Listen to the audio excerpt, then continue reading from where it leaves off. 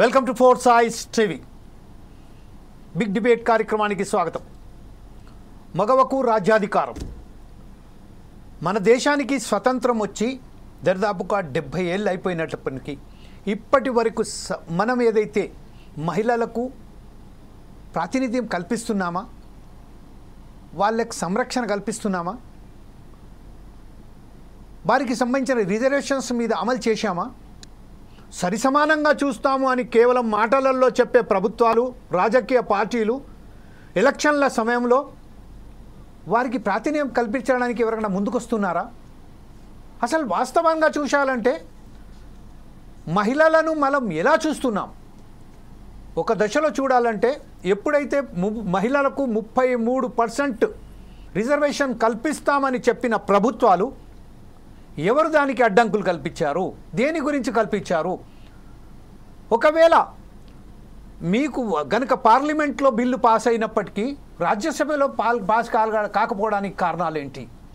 దానికి RJD, SP లాంటి ప్రధానమైన పార్టీలు దాన్ని ఎందుకు వ్యతిరేకించాయి? కేవలం పార్టీలకు సంబంధించింది ఓటు బ్యాంకుగా మార్చుకొని దానికి ప్రయత్నం చేస్తున్నారా? ఒక దశలో మహిళలను కేవలం తనకు సంబంధించిన ఒక ఓటు బ్యాంక్ రాజకీయాలుగా, లేకపోతే ఒక పప్పెట్లాగా వ్యవహరించుకుంటూ వారిని నామమాత్రంగా వారిని నిలబెట్టి, వారిని టికెట్లు ఇచ్చి వారిని నిలబెట్టి వెనుక తన ఆధిపత్యాన్ని, పురుషులు తన ఆధిపత్యాన్ని కొనసాగిస్తూనే ఉన్నారు. ఈ విషయంలో ప్రస్తుతం మనం వచ్చినట్టు చూస్తే తెలంగాణ అసెంబ్లీలో బిల్లు పాస్ అయినప్పటికీ దానికి కాంగ్రెస్ ప్రభుత్వం వ్యతిరేకించింది. దానికి సంబంధించింది మజ్లిస్ వ్యతిరేకించింది. ప్రధానమైన కారణాలు ఏంటి? దేనికి ఎందుకు వ్యతిరేకించారు? ఈ విషయంపై చర్చించడానికే ఈరోజు ఫోర్ సాయిస్ టీవీ నిర్వహిస్తున్న ఈ కార్యక్రమమే మగవకు రాజ్యాధికారం.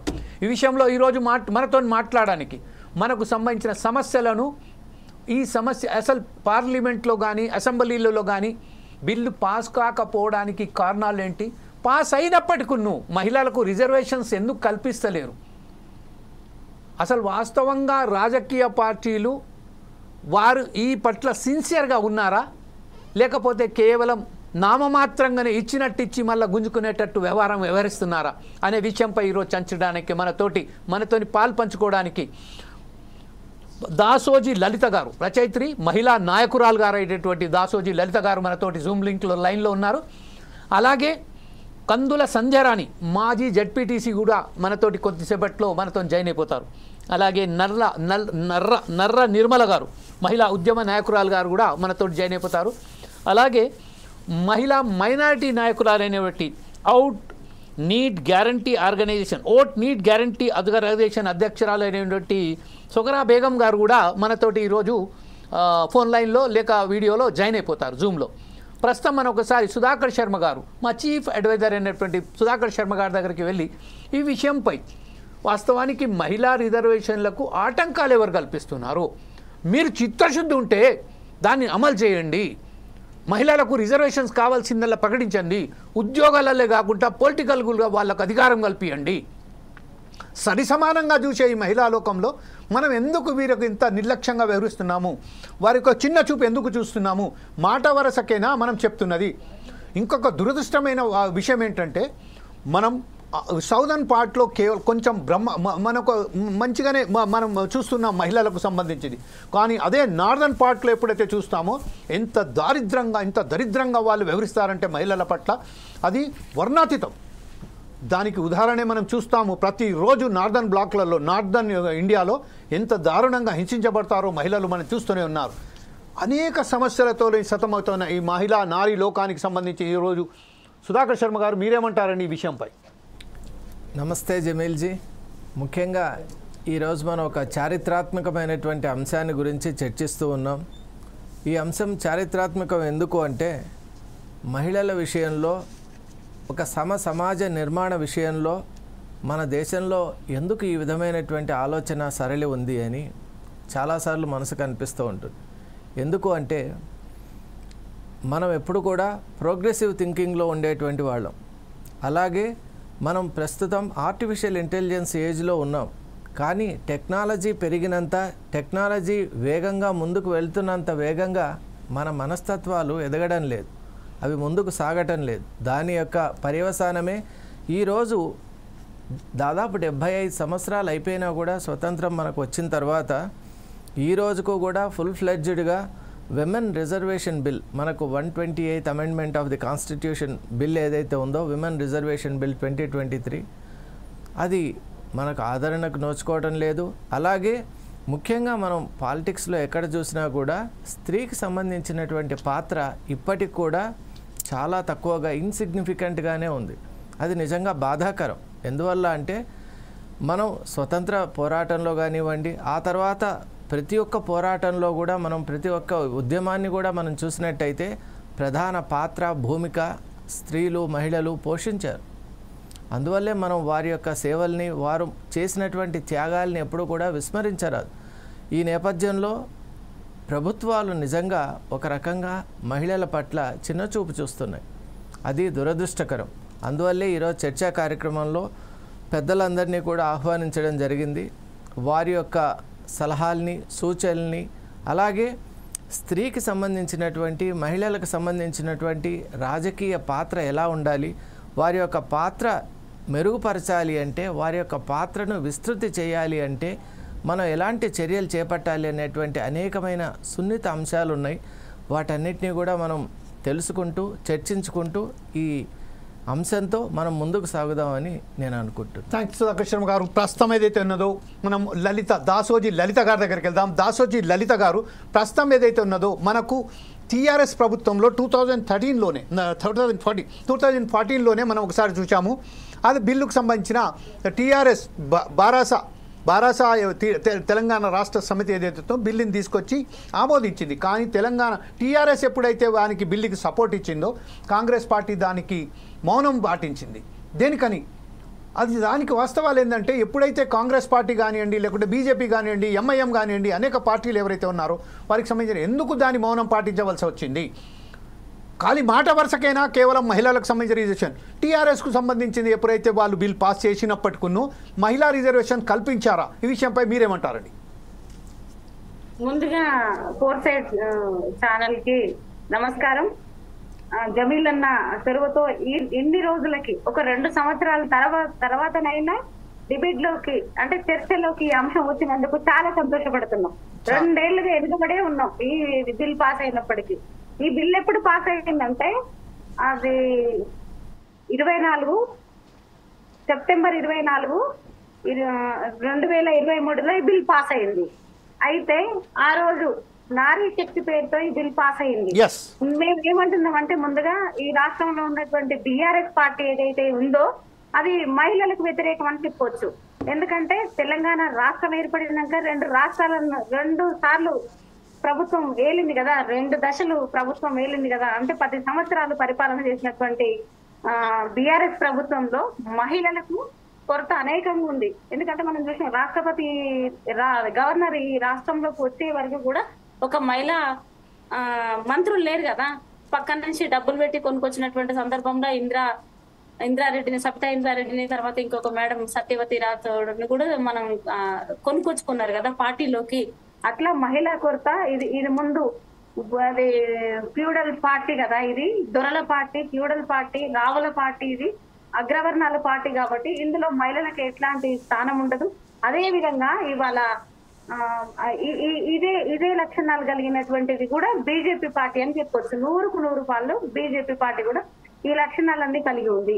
అయితే మహిళలకు ఒకవేళ రాజకీయ అవకాశం వస్తే, పార్లమెంట్ లో ఉంటే, తర్వాత అసెంబ్లీలలో ఉంటే ఉండడాన్ని పురుషాధిక్య సమాజం మమ్మల్ని ఒప్పుకోదు కదా. మహిళలను అసలు ఎలాంటి పరిస్థితులలో కూడా మహిళలను ఒప్పుకునే పరిస్థితి లేదు.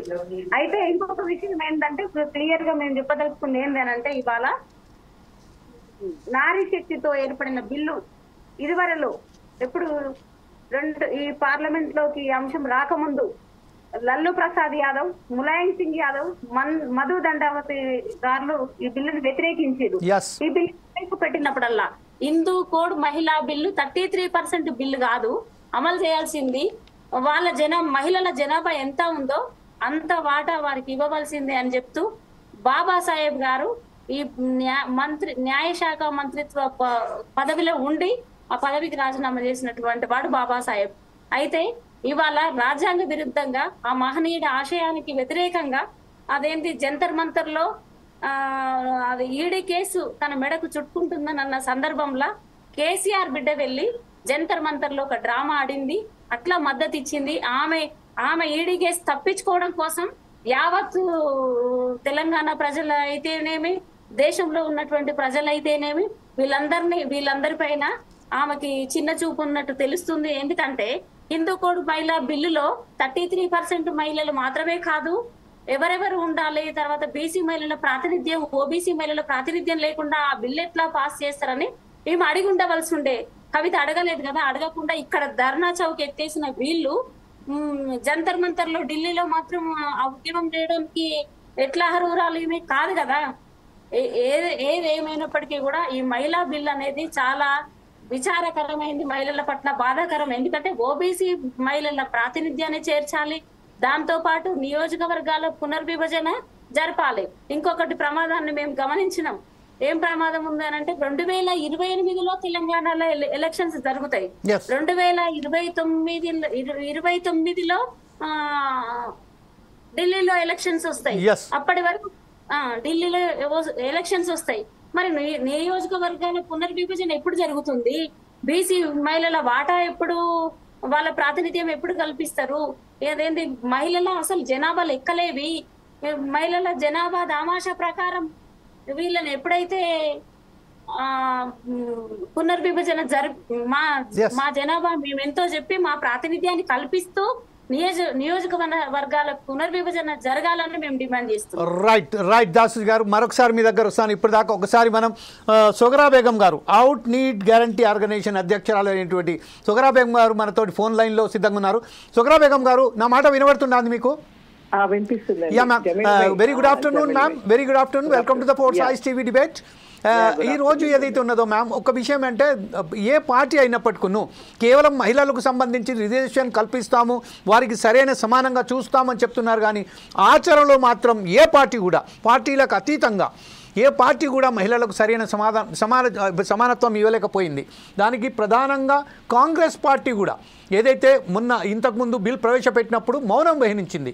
దేనికంటే దీనికంత కారణం ఏంటంటారు? ఇప్పుడు మనం దాసోజీ లలిత గారు చెప్పారు, కేవలం తను ఈడీ నుంచి వెళ్ళి తప్పించుకోవడానికి మాత్రం కవిత గారు ఆడిన ఒక నాటకం మాత్రమే జంతర్ మంతర్ దగ్గర. ఇక్కడ రాష్ట్రానికి వచ్చే సమయానికి ఇక్కడి నుంచి వెళ్ళి ధర్నా చౌక్ ఎత్తి వేసిన కవిత గారి పార్టీ అక్కడ జంతర్ మంతర్ దగ్గర వెళ్ళి ఈ బిల్లుకు సంబంధించింది ఆమె మాట్లాడింది, అక్కడ జంతర్ మంతర్ దగ్గర నిరసన వ్యక్తం చేసిందని చెప్తున్నారు. ఈ విషయంపై మీరేమంటారండి?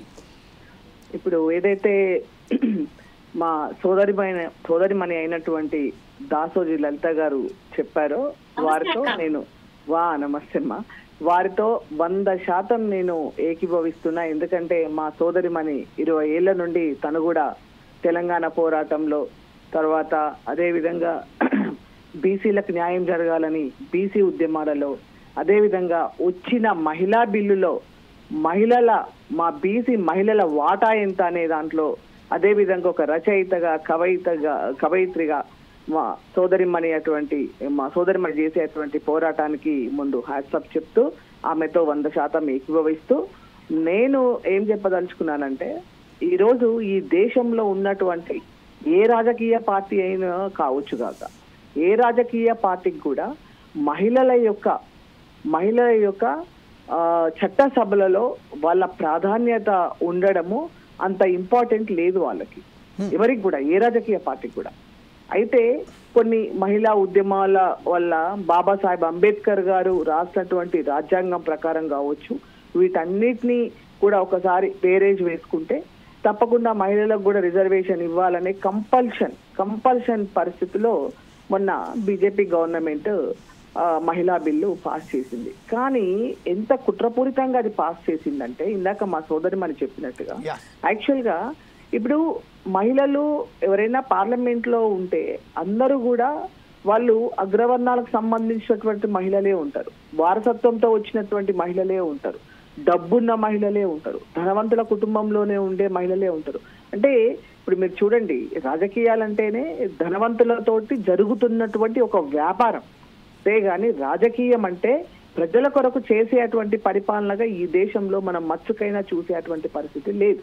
ఎందుకంటే రాజకీయాల్లో, పరిపాలనలో ప్రజలకు కావాల్సింది వాళ్ళకి ఒక గూడు, ఉపాధి, వైద్యం, విద్య, దేశ అభివృద్ధికి దోహదపడేటువంటి ముఖ్యమైనటువంటి ఒక 4-5 అంశాలని ఏ ప్రభుత్వం కూడా పట్టించుకోదు.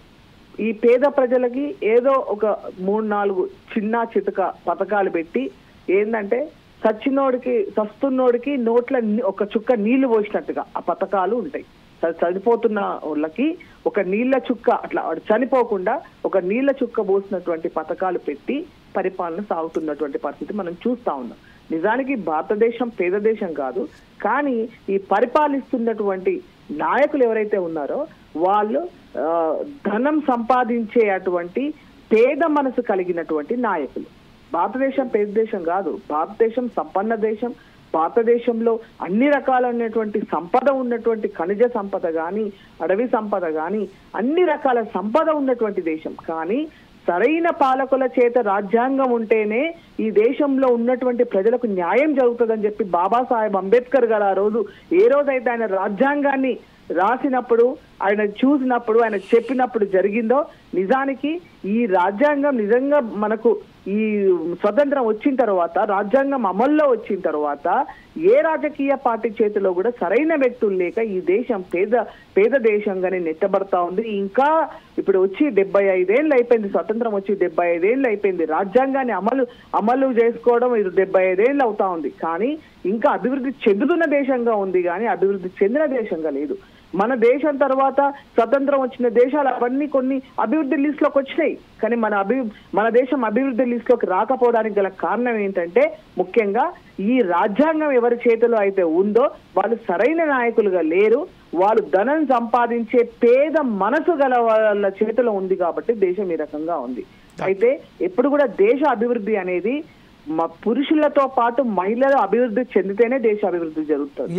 ఇప్పుడు మీరు ఏ దేశంలో అయినా చూసుకోండి, మహిళల అభివృద్ధే దేశ అభివృద్ధి.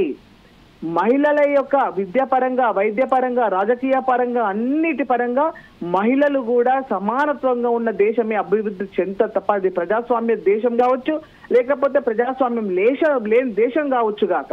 కానీ మహిళల అభివృద్ధి లేని దేశం అది ఎప్పటికి కూడా అభివృద్ధి చెందుతున్నటువంటి దేశం, అభివృద్ధి చెందిన దేశంలో లిస్ట్ లో మాత్రం ఉండదు. అది మన భారతదేశం మహిళల యొక్క అభివృద్ధి లేకపోవడం వల్లనే దేశం ఇంకా అభివృద్ధి చెందుతున్న దేశంగా ఉంది. అదేవిధంగా ఇప్పుడు ఈ బీసీ రిజర్వేషన్ దాంట్లో మోడీ గారు ఇప్పుడు ఏదో బీజేపీ పెట్టింది, ఇప్పుడు సోనియా గాంధీ గారు కూడా పెట్టారు, వాళ్ళు కూడా ప్రభుత్వం 2004 వచ్చిన తర్వాత వాళ్ళు కూడా పెట్టారు. కానీ అక్కడ కూడా ఇందాక సోదరి మనం చెప్పినట్టుగా ములాయం సింగ్ యాదవ్ గారు కావచ్చు, తర్వాత లాలూ ప్రసాద్ యాదవ్ గారు కావచ్చు, వాళ్ళందరూ కూడా సరే మీరు మహిళల బిల్లు పాస్ చేస్తా ఉన్నారు కరెక్టే, కానీ మహిళా బిల్లు పాస్ చేస్తే అందులో మా బీసీ మహిళల వాటా ఏంది అని వాళ్ళు అడగడం వల్లనే ఆ బిల్లు ఆగిపోయింది. ఇప్పుడు మోడీ గారు ఏంటంటే ఆయన యొక్క బల ప్రదర్శన, ఆయన బలాన్ని ఉపయోగించుకొని బిల్లు పాస్ చేసి పెట్టినావు, కానీ దాంట్లో మరి మా బీసీ మహిళల వాటా ఏది? ఇప్పుడు నువ్వు ఆ మహిళలతోటి ఇప్పుడు ఏదైతే నువ్వు ఆ మహిళా బిల్లు పాస్ చేసినావో ఇప్పుడు అక్కడ భర్తల బదులు భార్యలు వస్తారు, వాళ్ళే భర్తల బదులు భార్యలు వస్తారు, ఆ భార్యలు వస్తారు. అక్కడ మన భార్యలేమో ముందుంటారు, కానీ నడిపించేదంతా కూడా వాళ్ళ భర్తలే. అంటే మహిళా బిల్లు పాస్ చేసినా కూడా మగవాళ్ళ స్థానాలు భద్రంగా ఉంటాయి. వాళ్ళతో పాటు జనరల్ సీట్లలో వచ్చేసరికి మన బీసీల అవకాశం, బీసీ మహిళల అవకాశం మొత్తం దొరసాన్లకు, రెడ్డమ్మలకు, పటేలమ్మలకు చెందుతుంది. ఇది ఇంకొక విషయం ఏంటంటే అట్లనే మన కవిత అది పూలే విగ్రహం పెట్టాలి అని ఉన్నది, బీసీ ఐకాన్ చూపిస్తూ పూలే విగ్రహం పెట్టాలంటుంది. ఆమె 10 సంవత్సరాలు వాళ్ళ ఏలుబడిలో పూలే గుర్తుకు రాలేదు, అది మహిళా రిజర్వేషన్ గుర్తు రాలేదు. మళ్ళీ తర్వాత మహిళల బీసీల వాళ్ళు కుదిర్చిందే వాళ్ళు అదేంటి 42% ఉన్నటువంటి రిజర్వేషన్ ను స్థానిక సంస్థలలో 17% కుదిర్చిందే టిఆర్ఎస్ ప్రభుత్వం. ఇవాళ 25 సంవత్సరాల రజతోత్సవం పెట్టుకోవడానికి వాళ్ళకి ఏ మాత్రం సిగ్గులేదు. ఎందుకు సిగ్గులేదు అంటే టిఆర్ఎస్ రద్దు చేసి బీఆర్ఎస్ లోకి వెళ్ళిపోయారు. బీఆర్ఎస్ వచ్చి సంవత్సరం అవుతుంది కదా, ఏడాది కింద పుట్టిన ప్రభుత్వం కింద లెక్కొస్తుంది. వీళ్ళు కనీసం ప్రజలు గమనిస్తారు, ప్రజలకు అవగాహన ఉంది అనేది వీళ్ళు మర్చిపోయి సోయిదప్పి మాట్లాడుతున్న మాటలు అనేక ఉన్నాయి. అందులో ఇంకొక రోజు ఒక వార్త కూడా వచ్చింది, మేము బీసీల ప్రతినిధిని అంటది. ఆమె ఎట్లా బీసీల ప్రతినిధి అవుతుంది? వలసాంధ్రలో వచ్చినప్పుడు, వలసాంధ్ర ఉద్యమం జరుగుతున్నప్పుడు మనం వాళ్ళని పాలోళ్ళమా పంగోళ్ళ అని మనం తిట్టినాం కదా. చాలా ఏంటి గో బ్యాక్ ఆంధ్ర అని అన్నాం కదా. అన్నప్పుడు ఈ రెడ్డి ఈ దొరసాని ఎట్లా మనకు వెల్మ దొరసాని మనకెట్లా బీసీ ప్రతినిధి అవుతుంది కాదు కదా. ఈమె ముమ్మాటికి అది ఈమె పాల్గొన్న చోట ఇప్పుడు మనం మాట్లాడుకుందాం, అది జరగవలసిన దాంట్లో మాట్లాడుకుంటే ఈమె రేపు ఇవాళ ఎమ్మెల్సీ పదవికి రాజీనామా చేసి బీసీ మహిళకి ఏమని అడుగుదాం. ఇవాళ బీసీ ఉద్యమం మాట్లాడుతుంది కదా. తర్వాత నేను జంతర్ మంతర్లు చేసిన నేను అదేంటి బీసీ మహిళలకు కూడా ప్రాతినిధ్యం కల్పిస్తా అని చెప్తే రేపు ఇవి ఎక్కడ పోటీ చేయకుండా బీసీ మహిళలకే అవకాశాలు ఇచ్చి మాకిప్పుడు 119 మంది ఎమ్మెల్యేలు ఉంటే మాకు 52%, 55% ఆ పార్టీ మాకు ప్రకటించాలి మహిళలకి మొత్తంగా. మరి రేపు అట్లాంటి హామీ ఒకటి ఇవ్వాలి. ఆమె ఇవాళ ఉట్టికొచ్చి అక్కడక్కడ అదేంటి పొడిగా మాట్లాడిపోతే ఊపం ఇదివరలో ఊపుతున్నాం. ఇక మేము ఉద్యమాలు చేసి మా తాతలు తండ్రులు నెత్తురు కాల్చుకొని గాయాల పాలై తర్వాత వృత్తులు చేస్తూ ఈ దేశాన్ని నిలబెట్టిన మోడీకి మా చేతి వృత్తుల మహిళల పైన ఏ మాత్రం గౌరవం లేదు. విదేశీయులు చాలా సార్లు భారతదేశాన్ని సంపదను కొల్లగొట్టకపోతే మీకు ఇక్కడ మిషనరీ లేదు, మా బోలేని సిద్ధాంతాలు అవి వాటిని గౌరవిస్తాం. కానీ ఇండియాలో మనకు అదేంటి మిషనరీ లేదు, సాంకేతిక పద్ధతులు లేకున్నా ఎప్పటికప్పుడు సంపదను సృష్టించింది చేతి వృత్తులలో ప్రధానమైన వాళ్ళు మహిళలు కదా. ఈ మహిళల్ని అదేంటి కుటుంబ వ్యవస్థలో ఒక బానిసగా చూస్తున్నటువంటి తీరును ఖండిస్తున్నాం. వీళ్ళు ఏ పార్టీ అయినా ఇవాళ ప్రధాన పార్టీలు ఎన్ని పార్టీలైనా ఉన్నా అన్ని పార్టీలు కూడా 55% మా మహిళలకు తప్పకుండా ప్రకటిస్తేనే రేపు ఎలక్షన్లలో పోతారు. లేకపోతే మేము ఉద్యమిస్తాం. అదేంటి ఉద్యమాలు కూడా ఎక్కడ దానికైనా మేము తీసుకెళ్ళడానికి సిద్ధంగా ఉన్నాం. ఇవాళ ఈ రాష్ట్రంలో బీసీ అని నిన్న మాట్లాడుతున్న ఈ నక్కగా జిత్తు మారి మాటల్ని ఖండిస్తూ ఇవాళ రేపు పొద్దుగాల మాకు ఆమె ఒక ప్రమాణం చేయాలి. 55% మేము మా బీఆర్ఎస్ పార్టీ నుంచి మేము 55% మహిళలకు ఇస్తామనే ఒక నిబంధన ప్రకారం అయితేనే వాళ్ళని ఎలక్షన్లకు తీసుకెళ్లేటువంటి ప్రయత్నం. రైట్ లలిత గారు, ఒక విషయం మరొకసారి మనం సుగ్రా బేగం దగ్గరికి వెళ్దాం. సుగ్రా బేగం గారు, ప్రస్తుతం ఏదైతే మన దాసోజీ లలిత గారు అన్నారు 50% రిజర్వేషన్ కల్పిస్తే మాత్రం మేము ఒప్పుకుంటాము, అది కూడా వారు రాతపూర్వకంగా చెప్పాలి, ఖచ్చితంగా ప్రమాణపూర్వకంగా చెప్పాలి అని చెప్తున్నారు. కానీ ఒక విషయం నేను మీతో సుగ్రా బేగం గారు, నేను ఒక విషయం అడగదలుచుకున్నా. 55% రిజర్వేషన్స్ అని చెప్తున్నారు, కానీ అదే మహిళలకు సంబంధించి రక్షణ లేకుండా పోయింది. ప్రతి చోట ఎక్కడ చూసినా కూడా మహిళలకు సంబంధించి అసభ్యకరంగా వాళ్ళతో ప్రవర్తించడం, వారి మీద అత్యాచారాలు చేయడం రోజు రోజుకు పెరుగుతూనే ఉన్నాయి. ఎక్కడ కూడా ఏ దాఖలాలలో కూడా ఇప్పుడు ఎంత పోస్కో చట్టం వచ్చినప్పటికును ఈ అఘాత్యాలు ఒక్కసారి కూడా తగ్గే ముఖం కూడా పడతలేదు, రోజు రోజుకి ఇంకా పెరుగుతూనే పోతున్నాయి. ఈ విషయంలో ఇప్పుడు కేంద్ర ప్రభుత్వమే కానీ రాష్ట్ర ప్రభుత్వాలు కానీ ఇంత వైఫల్యాలను చేయడానికి కారణాలు ఏంటంటే అంటే ఇప్పుడు ఈ భారతదేశంలో మహిళలు అంటే ద్వితీయ పౌరులుగా ఉన్నారు జమీల్ భాయ్. why because we are already 75,000 of independence we are now. Actual గా ఇక్కడ ఇప్పుడు కరెక్ట్ 100% కాన్స్టిట్యూషన్ ని ఇంప్లిమెంటేషన్ చేసే పొలిటికల్ పార్టీ కనుక ఉంటే డెఫినెట్ గా ఆల్ జెండర్ డిస్క్రిమినేషన్ లేకుండా ఈక్వల్ రైట్స్ వచ్చేవి. ఇక్కడ ఏమైందంటే కాన్స్టిట్యూషన్ ఎవరి చేతులు అయితే ఉందో వాళ్ళు డెఫినెట్ గా వాళ్ళు బయాస్డ్ గా వాళ్ళు రూలింగ్ చేస్తున్నారు. కాబట్టి విమెన్ అంటే తక్కువ చూపే వాళ్ళకి, విమెన్ అంటే సెకండ్ సిటిజన్, విమెన్ అంటే వాళ్ళకి ఏం తెలుసు, ఇంట్లో వంట చేసుకునే వాళ్ళు, వాళ్ళకి ఏం జ్ఞానం ఉంటది అనేసి అని ఒక రకమైన పురుషాధిపత్య అటువంటి ఈ మన దేశంలో డెఫినెట్ గా విమెన్ పవర్ ని ఎంపవర్మెంట్ అని తొక్కాలనే చూస్తారు తప్ప వాళ్ళని డెఫినెట్ గా ఎందుకు. ఇప్పుడు మీరు చూడండి పొలిటికల్ లో చూడండి, మీరు బిజినెస్ లో చూడండి, మీరు ఎక్కడైనా చూడండి, మీకు ఒక నార్మల్ విమెన్, ఒక చిన్న ఫ్యామిలీ నుంచి వచ్చిన విమెన్ చాలా అద్భుతంగా కనబడతారు మీకు.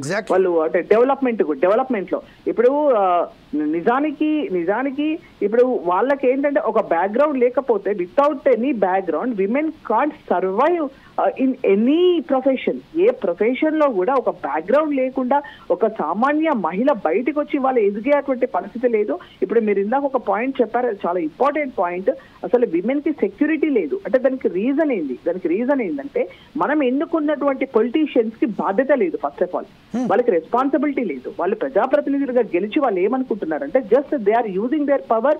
వాళ్ళ యొక్క పవర్ ఏదైతే ఉందో వాళ్ళు బిజినెస్ చేసుకోవడానికి, వాళ్ళ వ్యాపార సంస్థల్ని పెంపొందించుకోవడానికి, ఆస్తులు పెంచుకోవడానికి, వాళ్ళ కుటుంబానికి సంబంధించినటువంటి అన్ని రకాలుగా వాళ్ళు ఎదగడానికి ఉపయోగించుకుంటున్నారు తప్ప ప్రజలు వాళ్లకు ఓట్లేసేది పరిపాలన కోసం, ప్రజల అభివృద్ధి కోసం, ప్రజల సంక్షేమం కోసం, మహిళల భద్రత కోసం, తరువాత ఉపాధి లేనటువంటి యువతకి ఉపాధి ఇచ్చి ఒక బాధ్యతగా ఉండేటువంటి ప్రజాప్రతినిధులు మన దేశంలో ఎంతమంది ఉన్నారు. అసెంబ్లీలో పండుకుంటా ఉంటారు, అసెంబ్లీలో బాధ్యరహితంగా మాట్లాడుతూ ఉంటారు, అసెంబ్లీలో పార్లమెంట్ లో అసలు ఎంత డిస్క్రిమినేషన్ జరుగుతూ ఉంటది ఇక్కడ.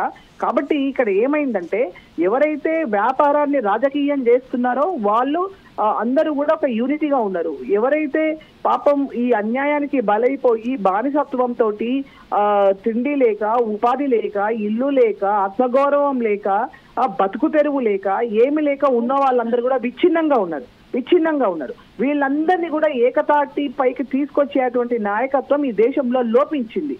కాబట్టి ఇవాళ దేశంలో పాపం ఏదైనా మాట్లాడుతున్నారు అంటే నాకైతే అంటే this is my personal opinion, Rahul Gandhi గారు మాత్రం ఇవాళ చాలా ట్రెమెండస్ గా, చాలా డేరుగా అసలు దేనికోసం అయినా అంటే అన్నిటికీ తెగించి ఇవాళ ఆయనకి ఎంతో భద్రత అవసరం. అటువంటి భద్రత దాంట్లో కూడా ఆయన డెఫినెట్ గా బయటకు వచ్చి ప్రజలతో మమేకం అవుతూ అన్ని రకాల ప్రజలతో ఆయన ఇవాళ తెలుసుకొని నిజాలేంటో తెలుసుకొని ఆయన ఇవాళ ఖచ్చితంగా బీసీల కొరకు, ఎస్సీల కొరకు, ఎస్టీల కొరకు, మైనార్టీల కొరకు మాట్లాడుతూ ఉన్నాడు.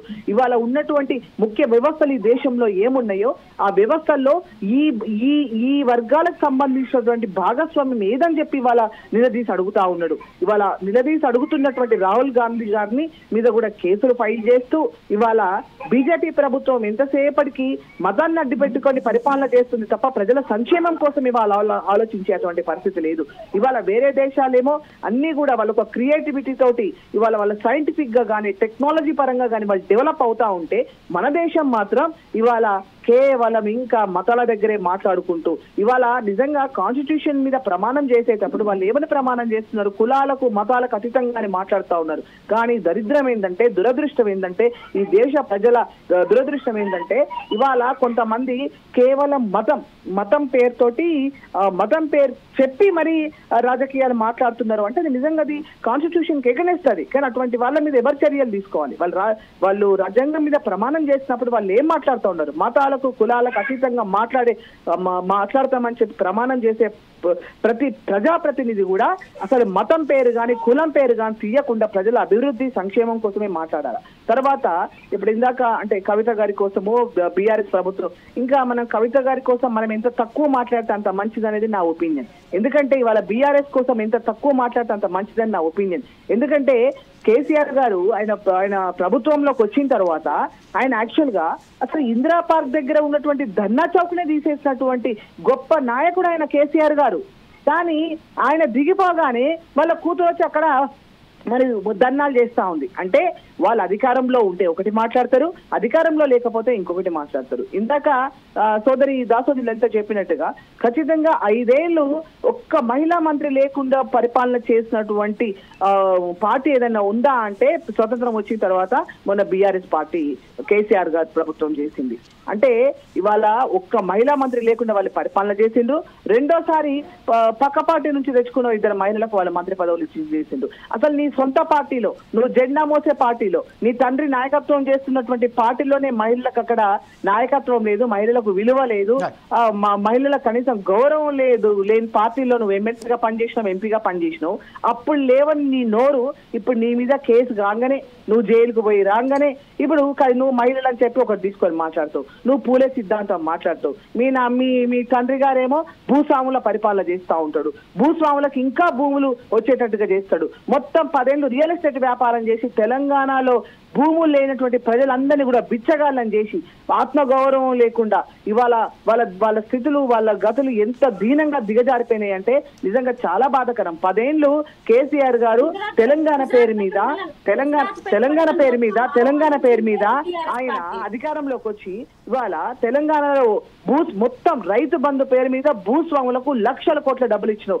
ఒక్క ఇంచు జాగలేనటువంటి ప్రజలకి ఈ కేసీఆర్ గారు ఏమిచ్చింది? ఇంకా ఏ మొహం పెట్టుకొని వీళ్ళు ప్రజల్లో తిరుగుతా ఉన్నారు? ఇంకా వీళ్ళు అంటే పచ్చి అబద్ధాలు. ఇవాళ యూట్యూబ్ ఛానల్ నమ్ముకుంటే అధికారంలోకి వస్తామేమో అని చెప్పి ఇవాళ కొన్ని యూట్యూబ్ ఛానల్లో పెట్టుకొని ఇంకా బీఆర్ఎస్ వైపు ప్రజలు ఆలోచించి బుద్ధున్నోడు ఎవడు కూడా, జ్ఞానం ఉన్నోడు ఎవడు కూడా, ప్రజాస్వామ్యం తెలిసినోడు ఎవడు కూడా ఖచ్చితంగా బీఆర్ఎస్ కోసం ఆలోచించారు. ఇదే విషయంపై ఒకసారి లలిత గారు ఏదో చెప్పబోతున్నారు. లలిత గారు మీరేమంటారండి? ఇప్పుడు ప్రస్తుతం ఏదైతే మన సుగరా బేగం గారు ఏదైతే చెప్తున్నారో దానికి ఏకీభవిస్తూ ప్రస్తుతం ఏదైతే ఉన్నదో ఒకవేళ కనుక మహిళలకు ప్రాతినిధ్యం కల్పిస్తే మాత్రం ఏదైతే పవర్ డైనామిక్గా చెప్పుకుంటున్నారు కాబట్టి పవర్ డైనామిక్ మొత్తం సిస్టమ్ మొత్తం మహిళల చేతికి వెళ్ళిపోతుంది, పురుషు ఆధిపత్యం పోతుంది అన్నట్టుగా ఒక భావన ఏర్పడుతున్నది. దానికి తోడుగా డిలిమిటేషన్ కూడా ఒక ప్రధానమైన కారణం చూపుతూ ఈరోజు సాకులతోని అనేక మార్లు వీళ్ళు దీనికి ఈ బిల్లుకు సంబంధించిన అమలు చేయడానికి వెనక ముందవుతున్నారు. ఈ విషయంపై మీరేమంటారండి? ఇవాళ తెలంగాణ ప్రజలు మొత్తం, మహిళా ప్రజలు మొత్తం, బీసీ బహుజన ప్రజలు, ఎస్సీ ఎస్టీ బీసీ మహిళలు ఎంతమంది అయితే ఉన్నారో వాళ్ళందరూ వీరంతా రేపు పొద్దుగాల మనం రోడ్ల మీదకి రావాల్సినటువంటి అవసరం ఉంది. రోడ్ల మీదకి వస్తే ఓ వేదిక ద్వారా పనిచేయాల్సినటువంటి అవసరం ఉంది.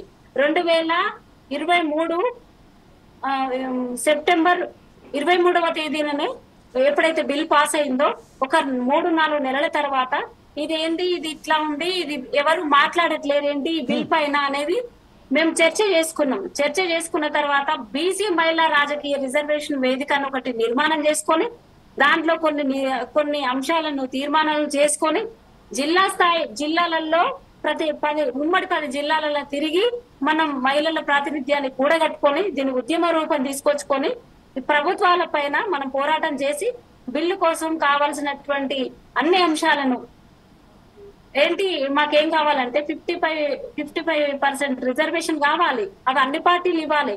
ఇవాళ దాదాపుగా ఒక 5-6 లక్షల మందికి పైగా మాకు మహిళలు పోటీ చేయడానికి కావాలి. ఎంపీటీసీలు కావాలి, జెడ్పీటీసీలు కావాలి, సర్పంచులు కావాలి, తర్వాత ఎంపీలు కావాలి. ఇట్లాంటి ఒక వ్యవస్థను ఒకటి నిర్మాణం చేసుకోవాల్సినటువంటి అవసరం ఉంది. అందులోని భాగంగా సోదరక్క చాలా మంది మహిళలు పాల్గొన్నారు ఆ సభలో. అట్లనే వాసంతి నిలబడే అని చెప్పి సుప్రీంకోర్టు లాయర్ కూడా ఆ సమావేశానికి రావడం జరిగింది. అయితే మేము ఇవాళ పూర్తిగా కోరుకుంటుంది ఏంటంటే మొత్తం అన్ని చోట్ల ఉన్నటువంటి బీసీ ప్రజలు, ఎస్సీ ప్రజలు, ఎస్టీ ప్రజలు, మైనారిటీ ప్రజల్ని కూడగట్టుకొని మేము పార్టీలను తర్వాత ప్రజాస్వామ్యంగా మా హక్కులు మేము అడుగుతూనే మా వాటా మేము కోరుతూనే తర్వాత ఈ బిల్లును ఒకటి అమలు చేయాలి. ఇప్పుడు బిల్ పాస్ అయింది మాత్రమే, కానీ అమల్లోకి వస్తే మా మహిళల ప్రాతినిధ్యం కల్పించిన తర్వాతనే అది అమల్లోకి రావాలని. ఓకే, ఇదే విషయంపై మరొకసారి మనం సుగరా బేగం గారి దగ్గరికి వెళ్దాం. సుగరా బేగం గారు ప్రస్తుతం ఏదైతే ఉన్నదో కేంద్రంలో మనం చూసినట్టయితే ఫైనాన్స్ మినిస్టర్ గా నిర్మలా సీతారామన్ గారు ఉన్నారు. జమీల్ భాయ్ ఒక్క నిమిషం, మళ్ళీ టైం చాలా తక్కువ ఉంది కాబట్టి మేము మాట్లాడతాం. అయితే మీరు అన్నట్టు తర్వాత అదేంటి రాజ్యసభలో ఆ రోజు ఆర్ కృష్ణన్న అట్టడుగు ప్రజల ఆశాజ్యోతి కదా మన ఆర్ కృష్ణన్న కూడా ఆ రోజు రాజ్యసభలో ఉండి ఈ బిల్లుకు వ్యతిరేకం అని చెప్పలేదు. ఈ బిల్లును ఆ రోజు వ్యతిరేకించుండి రాజీనామా చేసి ఉండి మొత్తం దేశంలో ఉన్నటువంటి ప్రజల్ని అలర్ట్ చేసి ఉంటే, వీళ్ళను చైతన్యపరిచి ఉంటే ఆ రోజు ఈ బిల్లు ఒకటి పాస్ కాకపోయి ఉంటే బాగుండేది. ఒకవేళ పాస్ అయితే మాత్రం ఆ బిల్లు అమల్లోకి తెచ్చేటప్పటికన్నా మాకు ఈ నిబంధనలతో షరతులతో కూడినటువంటి మా మహిళల ప్రాతినిధ్యం కల్పించాలని ఆ రోజు అతను మాట్లాడలేదు. అయితే ఇవాళ పార్టీలే కాదు కుల సంఘాల నాయకులు కూడా మహిళలకు మోసం చేస్తున్నటువంటి సందర్భం, మమ్మల్ని బానిసలు చూస్తున్నటువంటి సందర్భం. ఇది ఏదేమైనా కోర్టు ఇది ఇన్నాళ్లకు ఒక తీర్చ తీసుకొచ్చి చర్చలోకి ఖచ్చితంగా మరి మీ దగ్గరికి మరొకసారి వస్తాను. మీరు టైం అయిపోయిందని మీరు అలా బాధపడకండి. Definitely I will come back to again because ఒకసారి మనం సుగరా బేగం గారు ఎందుకు వెళ్తున్నానంటే ఆమె చెప్పారు ఏదో పని ఉంది వెళ్తున్నానని. అందుకోసమే ఒక సుగరా బేగం దాని ఒక లాస్ట్ విషయం అడదలుచుకున్నాను. ఏంటంటే కేంద్రంలో ఫైనాన్స్ మినిస్టర్ గా సీతారామన్ గారు ఉన్నారు, నిర్మలా సీతారామన్ గారు ఉన్నారు. అలాగే ఒకసారిగా మ్యామ్ సుగరా బేగం గారు నా మాట వినబడుతుందా? వినిపిస్తుంది. ఇప్పుడు ప్రస్తుతం ఏంటంటే సెకండ్ థింగ్ ఏంటంటే అక్కడ రేఖా గుప్తా గారిని తీసుకొచ్చారు. అనూహ్య పరిణామాలలో ఆమె ఎప్పుడైతే గెలుపొందిందో వారి పేరు లేకున్నా కూడా కావాలని దేశ ప్రజలకు ఒక సంకేతంగా మహిళలకు మేము ప్రాధాన్యత కల్పిస్తున్నాము అనే ఒక సంకేతాన్ని ఇవ్వడానికే రేఖా గుప్తా గారిని తీసుకొచ్చారు. అలాగే ఇప్పుడు ప్రస్తుతం అయితే చూసినప్పుడైతే అక్కడ కేంద్రంలో రాజధాని అయినటువంటి ఢిల్లీలో మనకు సీఎంగా రేఖా గుప్తా గారు ఉన్నారు, అలాగే ఫైనాన్స్ మినిస్టర్గా నిర్మలా సీతారామన్ గారు ఉన్నారు. అయినప్పటికీ బీజేపీ ఎందుకు మహిళల పట్ల ఎంత వివక్ష చూస్తుంది? వేరే యూపీలో కానీ, బీహార్లో కానీ, మధ్యప్రదేశ్లో కానీ ఎక్కడైతే వారైతే చేస్తున్నారో అక్కడ ప్రతి చోట మహిళల పట్ల ఎంత అసభ్యకరంగా మాట్లాడుతున్నారో, ఆ రెస్లర్కు సంబంధించింది కూడా అంత దారుణంగా మనం చూశాము. ఈ విషయంలో బీజేపీ ఎందుకు ఇంత వ్యవహరిస్తున్నది అనేది ఒక క్వశ్చన్ మార్క్ ఉండగా, ఇంకొక వెస్ట్ బెంగాల్లో Mamata Banerjee hardcore leader, iron లేడీగా గుర్తింపు పొందిన ఆమె కూడా ఎందుకు మౌనంగా ఉన్నది? వెస్ట్ బెంగాల్లో అంతమంది అంతకంత దారుణాలు జరుగుతున్నప్పటికీ ఆమె ఎందుకు కామ్గా ఉన్నది అనే ఒక విషయంపై మీరు మాట్లాడండి ప్లీజ్. జమీల్ భాయ్, ఇప్పుడు మనం గమనించాల్సింది ఏంటంటే, ఇప్పుడు నిర్మలా సీతారామన్ గారు she not direct elected parliament member. Okay, Rajya Sabha నుంచి ఆమెను తీసుకొస్తున్నారు. ఆమె సామాజిక వర్గం ఏంటో మీరు ఆలోచించాలి. అదే విధంగా ఇప్పుడు లలిత గారి నేను కానీ మా బీసీల వాట ఏదండి, మా బీసీ మహిళలు లేరండి చట్టసభలో అని అడుగుతున్నాం మేము. ఇక్కడ ఇప్పుడు ఢిల్లీలో పెట్టారు తనని, రేఖా గారిని, ఆమె సామాజిక వర్గం ఏంటో కూడా మీరు ఆలోచించండి. అదే విధంగా మన ప్రెసిడెంట్ గారిని మహిళ అని పెట్టారు. ఆమె కూడా ప్రెసిడెంట్ మేము మహిళని పెట్టినాం కదా, ద్రౌపది ముర్ము గారిని అని చెప్తున్నారు. నాకు కొన్ని వీడియోస్, కొన్ని ఫొటోస్ లో నేను చూశాను. అద్వానీ గారి దగ్గరికి వెళ్ళారు. అద్వానీ గారి దగ్గరికి వెళ్తే అద్వానీ గారు, మోడీ గారు కూర్చున్నారు, ద్రౌపది ముర్ము గారు నిలబడ్డారు. ప్రోటోకాల్ ప్రకారం ఎవరు కూర్చోవాలి? ప్రోటోకాల్ ప్రకారము ఈ దేశ మొదటి పౌరులు ఎవరు? ప్రెసిడెంట్. మరి ముర్ము గారు, ద్రౌపది ముర్ము గారు ఎందుకు నిలబడ్డారు? మరి అదే విధంగా మరి అద్వానీ గారు కూర్చొని ఉన్నారు, మోడీ గారు కూర్చొని ఉన్నారు. ఇదేం సాంప్రదాయం? కాన్స్టిట్యూషన్ ఏం చెప్పిందంటే, మహిళలు ఎంత పెద్ద పవర్ఫుల్ ప్రోటోకాల్, ఎంత పెద్ద పవర్ఫుల్ పోస్ట్ లో ఉన్నా కూడా తక్కువ కులం వాళ్ళు ఖచ్చితంగా మీరు నిలబడాల్సిందే అని ఏమన్నా కాన్స్టిట్యూషన్ చెప్పిందా? లేకపోతే వీళ్ళు ఇంప్లిమెంట్ చేస్తున్నటువంటి కాన్స్టిట్యూషన్ లో ఉందా అది? ఒకసారి మనం ఆలోచించాలి. ఎందుకంటే ఇవాళ చాలా మంది రకరకాలుగా మాట్లాడుతూ ఉన్నారు. ఏంటంటే కులాలు, మతాలు తీసుకొచ్చి మాట్లాడుతూ ఉన్నారు.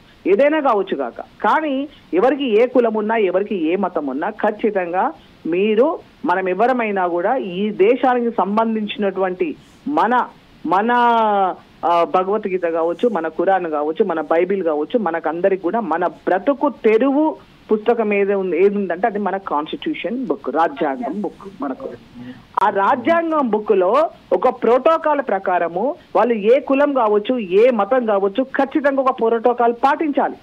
కానీ మా ద్రౌపది ముర్ము, మా ఒక గిరిజన బిడ్డ, ఆమె ప్రెసిడెంట్ గా ఉంటే, ఈ దేశ మొదటి పౌరురాలుగా ఉంటే ఆమెమో నిలబడుతుంది. మరి అదే విధంగా ఈ దేశ ప్రధాని అయినటువంటి మోడీ గారు కూర్చుంటారు.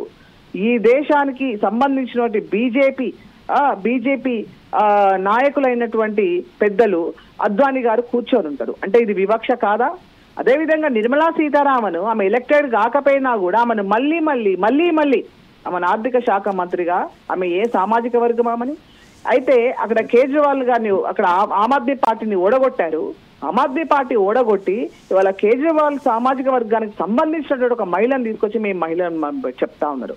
అంటే ఖచ్చితంగా బీజేపీ ప్రభుత్వం రాజ్యాంగాన్ని పక్కన పెట్టి వాళ్ళకు సంబంధించినటువంటి రాజ్యాంగాన్ని ఇంప్లిమెంట్ చేస్తుందని చెప్పడంలో ఏ మాత్రం కూడా మనం తగ్గాల్సినటువంటి అవసరం లేదని చెప్పి నేను చెప్తా ఉన్నా ఈరోజు. అంతే కాబట్టి ఇవాళ రాహుల్ గాంధీ గారు రావచ్చు, తర్వాత రాహుల్ గాంధీ గారితో ఉన్నటువంటి ఇండియా బ్లాక్ లో ఆయన మిత్రపక్షాలు కావచ్చు, ఇవాళ వాళ్ళందరికి కూడా సరే రకరకాలుగా కాంగ్రెస్ పార్టీ అంటే ఇది మంచిగుందా అంటే, ఇక మంచి కరప్షన్ లేదా అంటే ఉంది, అన్ని రకాల సమస్యలు ఉన్నాయి, లేవని చెప్పట్లేదు మళ్ళీ. కానీ ముందు ఈ దేశ రాజ్యాంగం పరిస్థితి ఏమైతుందనేది మనం ఆలోచించాలి కదా. ఈ దేశ రాజ్యాంగాన్ని అధికారంలో ఉన్న వాళ్ళు పాటిస్తున్నారా లేదా మనం ఆలోచించాలి కదా. ఇంతకంటే వివక్ష ఏం కావాలి? వాళ్ళ ద్రౌపది ముర్ము గారు నిలబడ్డారంటే ఏం కావాలి? ఆమె గుడికి వెళ్తే ఆమెకి లోపలికి రానివ్వరు. ఇవాళ ఏ దేశ పౌరాలు పార్లమెంట్ ఓపెన్ చేసేటప్పుడు ఎవరుండాలండి? కానీ ఎవరున్నారండి? ఇవాళ ఈ చదువుకున్నటువంటి మూర్ఖులు ఎక్కడ పోతున్నారండి? దేనికోసం మాట్లాడుతున్నారండి? అంటే ఈ రాజ్యాంగంలో మనం రాసుకున్నటువంటి వ్యవస్థలన్నీ కూడా నాశనం అవుతా ఉంటే మీరు కళ్ళు తెరవకపోతే రేపు ఈ దేశం ఎటుపోతుంది? ఇవాళ ఎటువైపు పయనిస్తాం మనం? కాబట్టి ఇవాళ మతాల పేరుతోటి ఇవాళ ఇంకొకటి నిజంగా ఇప్పుడు అంటే నాకు అవకాశం వచ్చింది ఇప్పుడు ఈ ఛానల్లో మాట్లాడడానికి. ఇప్పుడు ఎందుకంటే నిన్న ఏదైతే ఉగ్రవాది దాడి జరిగిందో వాడు ఎవరైనా కావచ్చు, ఖచ్చితంగా వాళ్ళ మీద తక్షణమే చర్యలు తీసుకోవాలి. ఎందుకంటే ఈ దేశ పౌరులుగా మనం ఈ ఉగ్రవాద చర్యలను వాడు ఏ మతమైనా కావచ్చు, కానీ మన దేశ పౌరులను చంపుతా ఉంటే ఖచ్చితంగా మనము వాటిని ఖండించాలి. అవసరమైతే వాళ్ళని మన దేశ పౌరులను మనం కాపాడుకోవడానికి మనం కూడా ఖచ్చితంగా మన గొంతు విప్పాలి. మన సాయశక్తుల ఒక బాధ్యత, ఒక ప్రజాస్వామిక బాధ్యతతోటి కూడా మనం ప్రవర్తించాల్సినటువంటి అవసరం ఉంటది. కాబట్టి ఇవాళ ఖచ్చితంగా ఇవాళ మహిళలు ఇందాక ఎంత చెప్పినట్టు ఖచ్చితంగా మహిళలందరూ కూడా మాకు అసలు 33% నువ్వు బిచ్చమేయడానికి మీరెవరు?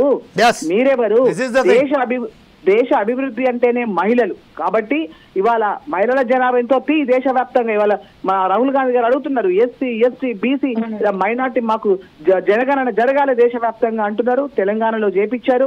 అదే విధంగా మనం ఏమంటామంటే మా మహిళల జనాభా కూడా మా జనాభా ఎంతో మాకు అన్ని సీట్లు. అదే విధంగా మాకు ఏ కులంలో మాకు ఎంతమంది ఉన్నారో అంత ఆ కుల ప్రతిపాదికన కూడా మాకు సీట్లు ఇవ్వాలి. ఎందుకంటే మా బాబాసాహెబ్ అంబేద్కర్ గారే చెప్పిండ్రు, మాకు రాజ్యాంగ నిర్మాత అయినటువంటి బాబాసాహెబ్ అంబేద్కర్ గారు ఏమన్నారు, రాజ్యాధికారాన్ని అంచులను తాకనటువంటి సామాజిక వర్గాలు అంతరించిపోతాయి అని చెప్పిండు. ఈ రోజు చిన్న విషయం ఏంటంటే ఒక విద్యార్థిని మౌనిక గారు కూడా మనతో ఇప్పుడే జాయిన్ అయిపోయారు. మౌనిక గారు నా మాట వినబడుతుందా అండి మీకు? మౌనిక గారు, ఇప్పుడు ప్రస్తుతం ఏదైతే ఉన్నదో మన చర్చ ఏదైతే చెప్పామో దేశంలో మహిళల పట్ల ఎంత అసభ్యకరంగా ఉన్నారో, మహిళల పట్ల రిజర్వేషన్ల పట్ల ప్రతి ఒక్క చోట వివక్ష చూపుతున్నారు. అలాగే ప్రధానంగా మీ కళాశాలలలో కూడా ఇలాగే వివక్ష చూపుతున్నారు. విద్యార్థినులకు ఎక్కడ కూడా మనం చెప్పుకుంటా పోతే మనకే సిగ్గుచేటు అనిపించే విధంగా ఈరోజు మహిళల పట్ల అంత అగౌరవంగా పరిచిస్తున్నారు. కాబట్టి మీకున్న అనుభవాలను మా ఫోర్స్ ఐస్ టీవీతో పంచుకోండి మ్యామ్. జమీల్ భాయ్ ఒక్క సెకండ్. యాక్చువల్ గా నాకు వేరే ఛానల్ ది టైం అయింది. ఇంకా నేను తప్పకుండా మళ్ళీ ఈ చర్చలో మళ్ళీ మీరు నన్ను ఆహ్వానించినప్పుడు ఇప్పుడు తగినంత సమయం తీసుకొని నేను వస్తాను. నాకు ఆపర్చునిటీ ఇచ్చినందుకు thank you Jameel Bhai. 4TV వారికి థ్యాంక్ యూ వెరీ మచ్. మిగిలిన సోదరిమణులకు కూడా ధన్యవాదాలు. Thank you very much. Monica, come on, go ahead with your question ma'am. Monica, come on, go ahead. Force TV ప్రేక్షకులందరికీ నమస్కారం, గుడ్ ఆఫ్టర్నూన్. ఇప్పుడు మనం చూసుకున్నట్లయితే మనకు రిజర్వేషన్ మహిళలకు 33% ఇచ్చారు సార్. ఆ 33% అనేది ఎక్కడ సరిపోతుంది, ఎక్కడ ఉపయోగిస్తున్నారు? అది 33% ఇస్తా అన్నారు, కనీసం ఇంతవరకు అమల్లోకి రాలేదు. అది అమల్లోకి వచ్చినా కానీ 50% వస్తే మాత్రం అమ్మాయిలకు సరిపోద్ది, మహిళలకు సరిపోతుంది. ఆ 33% ఎక్కడ కూడా మనకు యూజ్ అయితే కాదు. ఇప్పుడు మనం మన ప్రభుత్వంలో చూసుకున్నట్లయితే ఎమ్మెల్యేలలో కానీ ఎంపీలలో కానీ మహిళలు ఎంతమంది ఉన్నారో చెప్పండి ఒకసారి. ఎంత ప్రయత్నిస్తున్నారు? ప్రయత్ అనేది ఎక్కడ మహిళలకు ఇవ్వట్లేదు. ఇప్పుడు ఎక్కడ చూసుకున్నా ఒక టీచర్ల పరంగా అయినా సరే, ఇంజనీరింగ్ పరంగా అయినా సరే, సాఫ్ట్వేర్ లో కానీ ఎట్లాంటి అయినా అక్కడ ప్రయత్ అనేది ఉంది. ఒక రాజకీయ పరంగా మహిళను ఎందుకు వెనకడుగు వేస్తున్నారు? మహిళలకు ఎందుకు ప్రయత్ అనేది ఇవ్వడం లేదు? అంటే విద్యాపరంగా విద్యార్థినిగా మీరు ఇప్పుడు ఏదైతే అనుభవిస్తున్న అనుభవాలు కూడా పంచుకోండి మ్యామ్. ఇప్పుడు ప్రతి ఒక్క దానికి ప్రయారిటీ ఇచ్చినప్పుడు రాజకీయంలో ముందడుగు ఇవ్వనివ్వట్లేదు. ఇప్పుడు ప్రధానమంత్రులు ఎంతమంది ఉన్నారు మహిళలు? ప్రభుత్వం వచ్చినప్పటి నుంచి కానీ ఇప్పుడు నడుస్తున్న రాజకీయాల పరంగానే కానీ ఎంపీలలో కానీ ఎమ్మెల్యేలో కానీ అసలు మనకు ప్రయారిటీ అనేది మహిళలకు ఇవ్వడం లేదు. ఎందుకు ఇవ్వట్లేదు? దేనికి ఇవ్వట్లేదు? ప్రభుత్వాన్ని నేను క్వశ్చన్ చేస్తున్నాను, ఎందుకు ఇవ్వట్లేదు అనేది ఒక క్వశ్చన్. ఇప్పుడు ప్రతి ఒక స్టూడెంట్ కి కావాల్సింది ప్రతి ఒక్కటిలో పాల్గొనాలి, ప్రతి ఒక్క దాంట్లో ఉండాలి. మహిళలకు ప్రతి ఒక్క దాంట్లో ముందడుగు వేస్తే ఇప్పుడు పొలిటికల్ పరంగా చూసినట్లయితే పురుషులకు ప్రయారిటీ అనేది చాలా ఉంది. ఎక్కడ చూసినా అనేది పురుషులకే ఇంపార్టెన్స్ అనేది ఇస్తున్నారు సార్, ఇస్తున్నారు. ఒక రాజకీయ పరంగా కూడా మహిళలకు ఇచ్చుంటే ఆ ప్రాబ్లం అనేది ఇప్పుడు పొలిటికల్ పరంగా మనకు రాజకీయ పరంగా ఎన్నో ప్రాబ్లమ్స్ వస్తాయి. ఆ ప్రాబ్లమ్స్ ఫేస్ చేయాలంటే ఇప్పుడు ఒక విద్యార్థికి ఒక ప్రాబ్లం వచ్చింది, సమ్ సిచ్యువేషన్ వచ్చింది అని అంటే ఇది చేయాలి, ఇది నేర్చుకోవాలి, ఇది మనం ఇట్లా అయితే ఎంపీ అయితే మనం ఎట్లా చేస్తాం, ఒక మహిళ ఎంపీ అయితే, ఒక మహిళ ఎమ్మెల్యే అయితే, ఒక మహిళ పిఎం అయితే ఎట్లా చేస్తుంది, ఎట్లా వర్క్ చేస్తుంది అనేది కూడా ప్రజలకు తెలియాలి. ప్రజలకు తెలియాలని అంటే రిజర్వేషన్ పరంగా కూడా ఒక 50% మనకి ఇస్తే మాత్రం ముందడుగు ఖచ్చితంగా మహిళల్లోకి వస్తుందని నేను అనుకుంటున్నాను sir. Right, thank you very much Mounika గారు. ఇప్పుడు మనం ఒకసారి మనకు సమయం చాలా తక్కువ ఉన్నది కాబట్టి మనం ఒకసారి దాసోజీ లలిత గారి దగ్గరికి వెళ్దాం. దాసోజీ లలిత గారు, మౌనిక గారు ఏదైతే ఆవేదన మనం చూసాం, 33% ఏదైతే ఉన్నదో అది సరిపోదు. అయినప్పటికీ కేవలం పురుషులు తనకు సంబంధించిన బంధువులనే అక్కడ ఏదైతే కాన్స్టిట్యున్సీస్లలో గెలిచారో వాళ్ళు కూడా దానికి సంబంధించిన పురుషుల ఆధిపత్యం అక్కడ చాలా ఖచ్చితంగా కనబడుతుందని కూడా ఆవేదన వ్యక్తం చేశారు. ఈరోజు మనం ఎంత దుర్మార్గమైన దుస్థితికి చేరుకున్నామంటే మహిళలు రోడ్ల మీద వెళ్ళాలంటే కూడా భయపడే స్థితిలో ఉన్నాం. దేశం ఈరోజు 70 సంవత్సరాలు అయినప్పటికీ మనకు రక్షణ లేకుండా పోయిన మహిళా లోకానికి మనం ఎట్లా ఇచ్చేద్దామనేది కూడా మనకు ఆ రోజుకు ఒక విధమైన ఇంటికి మహిళ మళ్ళీ చేరి వచ్చే వరకు సురక్షితంగా వస్తుందా లేదా అనే భావన కూడా కలుస్తున్నది. ఈ నేపథ్యంలో కంక్లూడ్గా మీరేమంటారండి? ఈరోజు మహిళా చైతన్యం చాలా అవసరం ఉంది. అది ఈరోజు వివిధ రంగాలల్లో లాయర్లు, తర్వాత టీచర్లు, ప్రొఫెసర్లు, రీడర్లు, స్కాలర్లు, ఇప్పుడు విద్యార్థినులు, డాక్టర్లు, వివిధ రంగాలలో ఉన్న మహిళలు, శ్రామిక ప్రజలు కూడా వివిధ రంగాలలో ఉన్న అందరు మహిళలు ఇటువైపు ఆలోచన చేయాలి. మహిళ మేము అనే స్వార్థం రావాలి. మేము మహిళలు, మాకేంటి అనారోగ్యాలు ఏంటి, కుటుంబ వ్యవస్థలో మొత్తం పూర్తిగా కుటుంబం కోసం పనిచేస్తూ మమ్మల్ని మేము కాపాడుకోలేని స్థితిలో మా చైతన్యం మాకు అవసరం. మేము అనే సోయి రావాల్సినటువంటి అవసరం మా మహిళలకు ఉంది. దాంతో పాటు కొంత వర్క్ షాపులు జరగాలి, తర్వాత క్యాంపెయిన్లు జరగాలి, మహిళా లీడర్షిప్లు రావాలి. అప్పుడైతేనే స్కూల్ పాఠ్యాంశాలలో కూడా, కళాశాల పాఠ్యాంశాలలో కూడా మహిళల చరిత్రను చేర్చాలి. సంగం లక్ష్మీబాయమ్మ చరిత్రలు, సదాలక్ష్మమ్మ చరిత్రలు, రాణి రుద్రమాబాయి చరిత్రను, తాక లైలమ్మ చరిత్రను, సమ్మక్క సారక్క చరిత్రలను పాఠ్యాంశాలలో పొందుపరచాలి.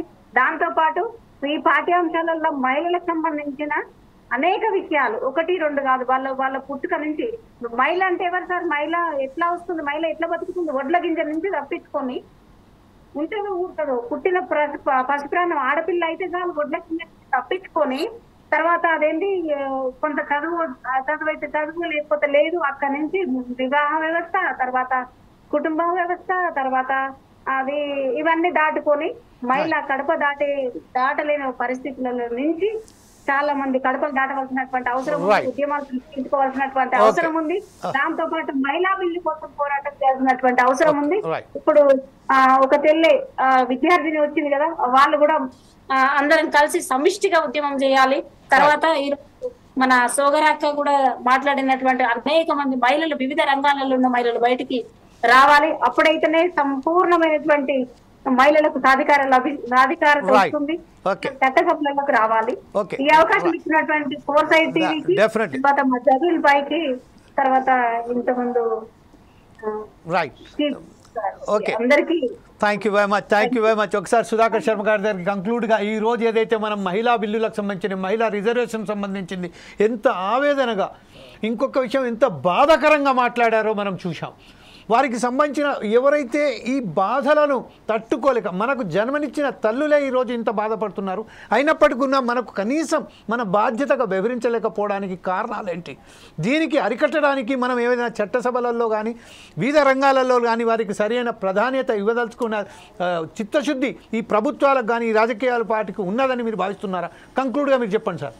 Thank you జమీల్జీ. ఈరోజు మన చర్చా కార్యక్రమంలో పాల్గొని మనల్ని అందరినీ కూడా చైతన్యపరిచినటువంటి మాతృమూర్తులు ఇద్దరికీ కూడా నమస్కరిస్తూ, ఈరోజు చర్చలో చాలా అద్భుతమైనటువంటి అంశాలు వచ్చాయి. ఈ చర్చా కార్యక్రమం ప్రతి మహిళ కూడా చూడాలి. ఎందువల్ల అంటే చైతన్యం వస్తేనే మహిళల్లో ఆ ప్రాధాన్యత అనేది పెరుగుతుంది, సెల్ఫ్ కాన్ఫిడెన్స్, సెల్ఫ్ అవేర్నెస్ అనేవి పెరుగుతాయి. అవి ఎప్పుడైతే పెరుగుతాయో తప్పక వాళ్ళ యొక్క ఫండమెంటల్ రైట్స్ ఏవైతే ఉన్నాయో, right to expression and right to participation, వీటన్నిటిలో కూడా వాళ్ళు వాలంటరీగా ముందుకు వచ్చేటువంటి ఒక పరిస్థితిని మనం సృష్టించాలి. ముఖ్యంగా మహిళ అంటే ఒక శక్తి, మహిళ అంటే ఒక వ్యక్తి కాదు, ఒక వ్యవస్థ అనేటువంటి ఒక భావన మనం కలిగించాలి. దానికి ముఖ్యంగా మాధ్యమాల యొక్క పాత్ర కూడా చాలా ఉంది. ఫోర్ సైడ్స్ టీవీ యొక్క ముఖ్య ఉద్దేశం కూడా మహిళా సాధికారత పెంచడం.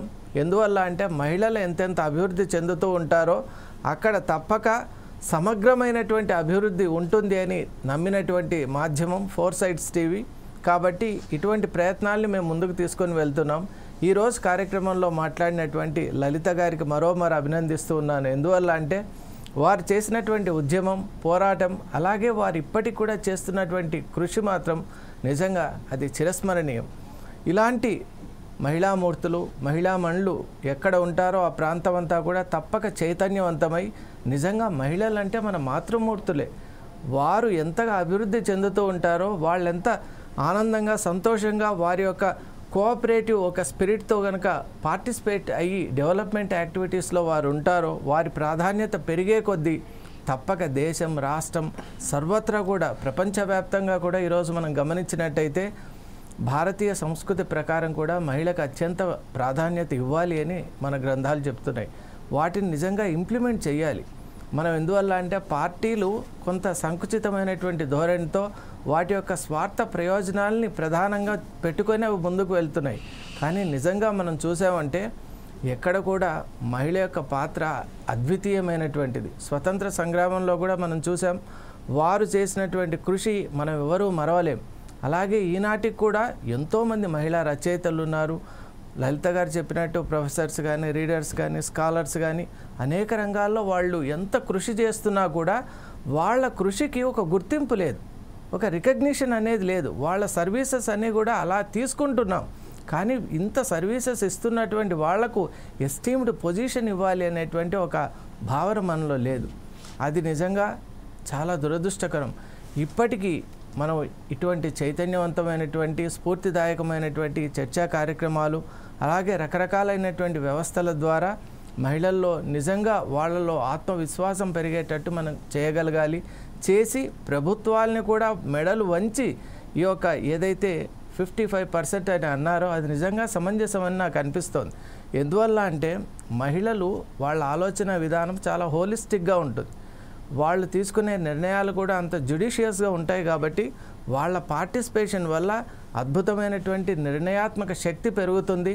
తద్వారా దేశం యొక్క ప్రగతి కూడా మరింత పెరుగుతుందని నేను విశ్వసిస్తూ మరొక్క మారు అందరినీ కూడా అభినందిస్తూ, విద్యార్థిని అయినటువంటి మౌనికను కూడా మరోమారు అభినందిస్తూ సెలవు తీసుకుంటున్నాను. Thank you very much Sudhakar Sharma గారు. ఈరోజు పార్టిసిపేట్ చేసినందుకు దాసోజీ లలిత గారికి, అలాగే సుగరా బేగం గారికి, విద్యార్థి అనేటువంటి మోనిక గారికి ప్రత్యేక ధన్యవాదాలు చెప్తూ, సుధాకర్ శర్మ గారికి ప్రత్యేక ధన్యవాదాలు చెప్తూ రేపు మరొక కార్యక్రమంతో మీ ముందుకు వస్తాం. అప్పటిదాకా చూస్తుండండి ఫోర్ సైడ్స్ టీవీ.